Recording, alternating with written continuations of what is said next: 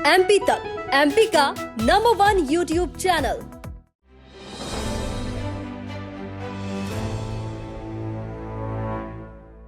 नमस्कार, मैं हूं हेमेंद्र शर्मा और आप देख रहे हैं एमपी राउंड अप।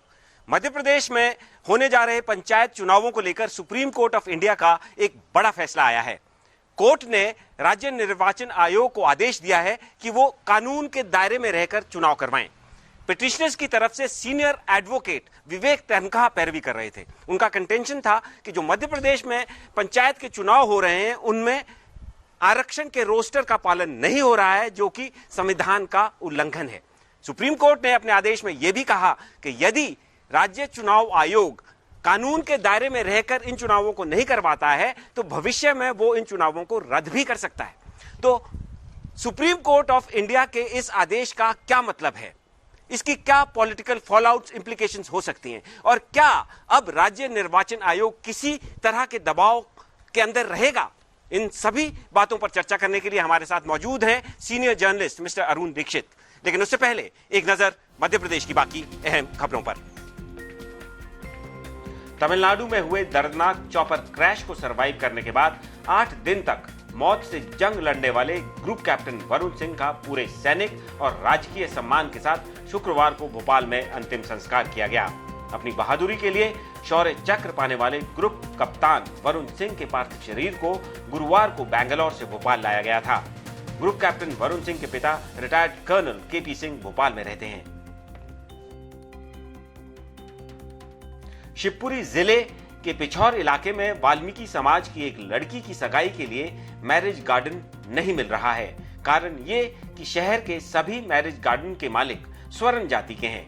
वाल्मीकि समाज के लोगों ने सामूहिक धर्म परिवर्तन की धमकी के साथ जिला प्रशासन को लिखित शिकायत की है। जिला प्रशासन ने दावा किया है कि मैरिज गार्डन के मालिकों को समझा दिया गया है और मामले को सुलटा दिया गया है।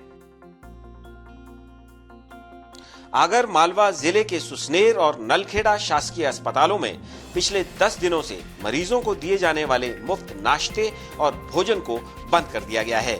भोजन सप्लाई करने वाले कॉन्ट्रैक्टर का कहना है कि पिछले लगभग 1 साल से सरकार ने उनका पेमेंट बंद कर दिया है।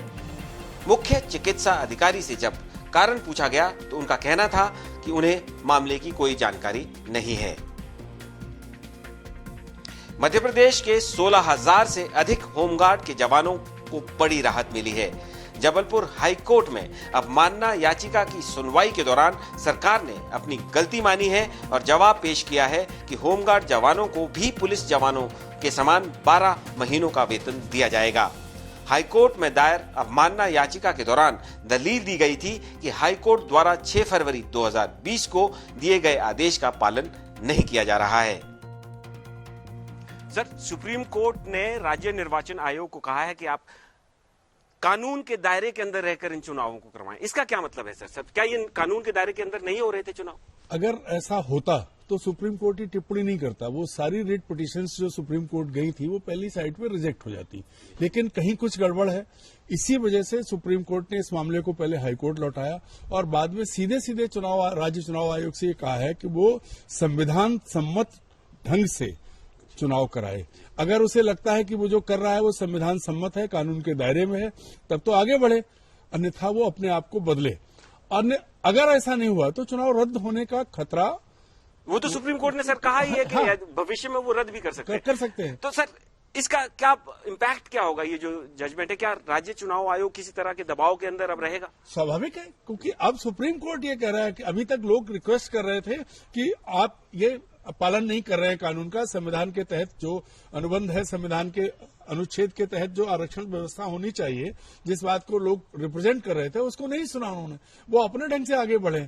अब सुप्रीम कोर्ट से जब ये निर्देश आया है कि आप ये तय करिए कि ये कानून सम्मत है तो आप आगे बढ़िए, और अगर कानून सम्मत नहीं है तो फिर आप इसे बदलिए, और अगर नहीं बदलेंगे तो चुनाव रद्द हो जाएंगे। लेकिन सर, मेरा आपसे सवाल थोड़ा सा अलग है। वो ये कि जैसे हमारा प्रोसेस है, सिस्टम है, चलता है, अभी राज्य चुनाव आयोग में कोई लोग बैठे हैं, वो चुनाव करवा रहे हैं, वो चुनाव करवा दिया। सुप्रीम कोर्ट ने कहा कि आप इसको कानून के दायरे में रह के करवाइए, और उन्होंने अपने हिसाब से जो समझा वो कानून के दायरे में करवा दिया। Letter on it can be subject to jurisdiction, मतलब लोग उसको लिटिगेशन में ले जा सकते हैं, लेकिन उस समय वो लोग यहाँ नहीं रहेंगे, कोई और रहेगा। तो चुनाव तो हो चुके होंगे और इतना बड़ा नुकसान तो हो चुका होगा, तो इसका क्या मतलब है? नहीं, यही तो बात है जिसकी व्याख्या जो जब संपूर्ण फैसला पढ़ा जाएगा उसमें सुप्रीम कोर्ट ने क्या क्या कहा है और कैसे कैसे कहा है, उसको देखने के बाद ये तय हो पाएगा। लेकिन प्रथम दृष्टया ये लगता है कि सुप्रीम कोर्ट ने ये समझ लिया है कि कहीं कुछ गड़बड़ है, और पहला मौका वो राज्य चुनाव आयोग को दे रहा है कि आप ठीक कर लीजिए,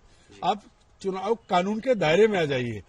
कहीं कहीं गड़बड़ नहीं होती तो पिटीशन को सर, लेकिन वो तो राज्य चुनाव आयोग को पहले ही समझना चाहिए कि भाई उनको कानून के दायरे के अंदर ही चुनाव करवाने चाहिए। यही तो विडंबना है। लेकिन सर, मेरा ये सवाल है, बार बार मैं ये पूछना चाहता हूं कि यदि चुनाव हो गए, सुप्रीम कोर्ट ने कहा कि आप इनको कानून के दायरे के अंदर करवाइए, अगर नहीं करवाओगे तो हम रद्द कर देंगे। बाद में सुप्रीम कोर्ट ने पाया कि कानून के दायरे के अंदर नहीं थे, रद्द हो गए, तो जो इतना बड़ा नुकसान हो गया, पैसा भी तो खर्च हो रहा है, तो जनता का पैसा खर्च हो रहा है। फिर जो चुनाव आयोग के वर्तमान पदाधिकारी हैं जो आज ये फैसला ले रहे हैं वो जिम्मेदार होंगे। तो क्या उनके ऊपर किसी स्टेज पर कंटेम्प्ट भी लग सकता है? बिल्कुल लग सकता है कि अगर उन्होंने सुप्रीम कोर्ट के इंस्ट्रक्शंस को नहीं समझा और नहीं माना और अपनी मनमानी की, तो उनको कंटेम्प्ट का सामना करना पड़ेगा, भले ही वो पद पर रहें या ना रहें।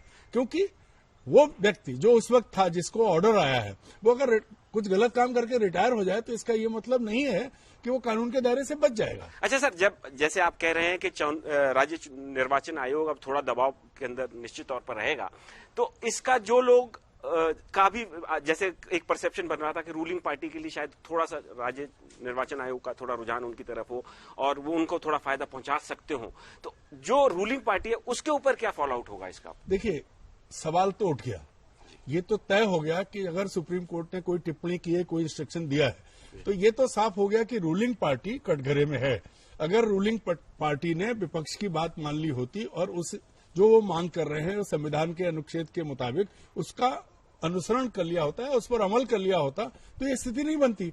चुनाव आयोग जो कर रहा है राज्य सरकार के फैसले के बाद कर रहा है।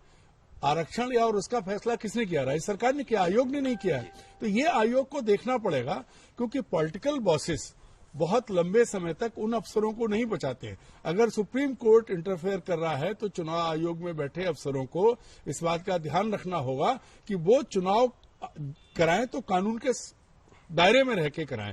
कोई भी चीज अगर जाती है तो जिम्मेदार तो यही अफसर। मेरा सर आखिरी सवाल आपसे, ये तो रूलिंग पार्टी की बात हो गई, लेकिन ऑपोजिशन कांग्रेस पार्टी जो है वो, हमने 2-3 बार उनसे बात भी की, इस मुद्दे पर चर्चा भी की, हर बार उनका स्टैंड ये है कि हम पार्टी नहीं है केस में, जो लोग लड़ रहे हैं हम उनको समर्थन जरूर दे रहे हैं, लेकिन हम इस केस की पैरवी नहीं कर रहे हैं और साथ में हम चुनाव लड़ने के लिए भी तैयार हैं, हम तो चुनाव लड़ रहे हैं। तो कांग्रेस पार्टी के ऊपर इसका कांग्रेस की विक्ट्री तो इसको नहीं कहा जा सकता। नहीं, देखिए, दरअसल क्या है कि कांग्रेस की हालत मध्य प्रदेश में बहुत ही खराब है। अब एक तरफ उन्हीं का प्रवक्ता है जो जुड़ा हुआ आदमी है जिसने रिट की हुई है, एक जो जफर आलम या ऐसा कुछ नाम है, सैयद जफर, वो कांग्रेस से जुड़े हुए हैं। तो उनको कांग्रेस ये कैसे कह सकती है कि हम इसमें नहीं है? ये तो कांग्रेस एक बचाव का तरीका ढूंढ रही है कि अगर चुनाव में कल उसकी हार हो जाए, कुछ हो जाए, तो उसके बाद वो अपना स्यापा डाल सकेगी, नहीं ये तो गड़बड़ हो गई। अरे भाई, मानो आपके आदमी ने रिट लगाई है तो आप ये मानो कि ये गड़बड़ है, या आप ही ने लगवाई है। हाँ, आपने लगवाई है, आप ये मानो कि गड़बड़ी है और उस गड़बड़ी का आप विरोध कर रहे हैं। दोनों तरफ कैसे हो सकता है? एक ये तो तरीका कांग्रेस का ठीक नहीं है। तो जो सुप्रीम कोर्ट ऑफ इंडिया का जो आदेश आया है, इससे निश्चित तौर पर राज्य चुनाव आयोग पर थोड़ा दबाव रहेगा, क्योंकि सुप्रीम कोर्ट ऑफ इंडिया ने ये साफ कहा है कि यदि ये चुनाव कानून के दायरे के अंदर नहीं होते हैं तो भविष्य में इनको रद्द भी किया जा सकता है। एमपी राउंड अप में आज सिर्फ इतना ही, कल फिर मुलाकात होगी, तब तक के लिए थैंक यू, गुड बाय।